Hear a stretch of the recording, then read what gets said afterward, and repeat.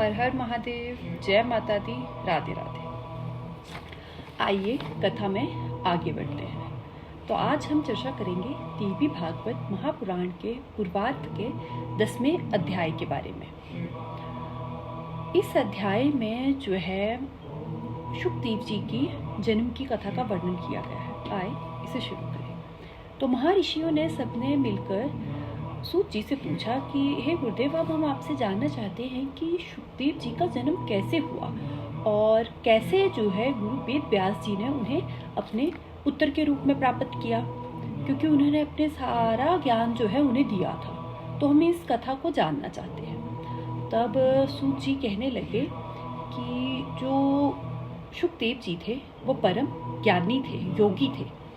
तो एक समय की बात है जब महर्षि वेद व्यास जी के मन में एक इच्छा हुई कि उनका एक जो है उत्तर होना चाहिए और जो कि लोक कल्याण का कार्य करे। तो इसी इच्छा को वो मन में लिए मेरु पर्वत पर जा पहुँचे, जहाँ पर उन्होंने अपना जो है तपस्या आरंभ कर दी।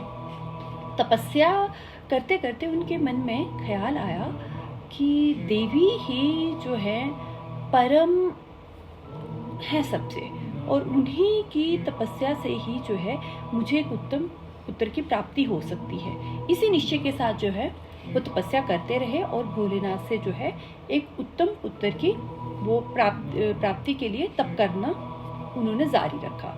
वो जो उपवन था मेरु पर्वत, वहाँ पर बहुत से महर्षि, ऋषि, साधु वगैरह रहते थे। वो सारे तप करते थे। तो सब में जो है गुरु वेद व्यास जी के तप की चर्चा फैलने लगी। उनके तप के प्रभाव से उनके जो केश थे वो आग के समान जो है लाल होना शुरू हो गए, और ये बात जाके जो है इंद्रदेव तक जा पहुंची।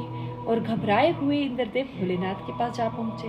तब भोलेनाथ ने कहा कि हे इंद्रदेव, तपस्वी जन कल्याण के लिए जो है तप करते हैं, आपको उनसे नहीं घबराना चाहिए। और ये तब इंद्रदेव ने पूछा कि वो तप कर क्यों रहे हैं। तब भोलेनाथ ने कहा कि ये तप जो है वो अपने उत्तर प्राप्ति के लिए कर रहे हैं और उनको मैं उत्तम उत्तर प्राप्ति का वर जरूर दूंगा।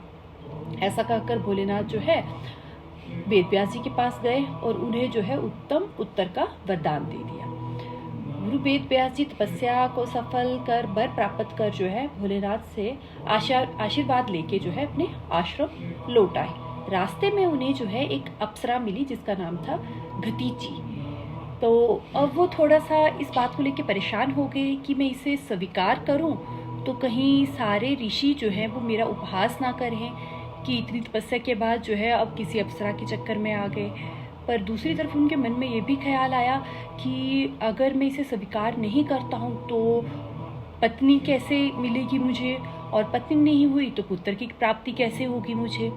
फिर दूसरी तरफ उनको नारद जी द्वारा कही हुई एक कथा याद आ गई जो पुरूरवा और उर्वशी की थी, और जिसका अंत जो परिणाम निकला था वो विरक्ति था।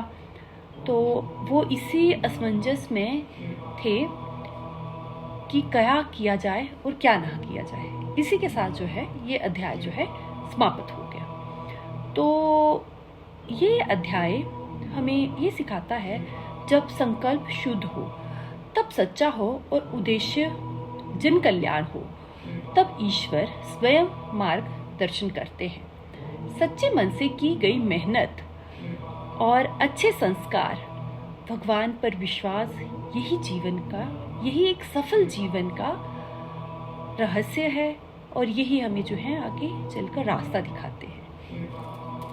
हर हर महादेव, जय माता दी, राधे राधे।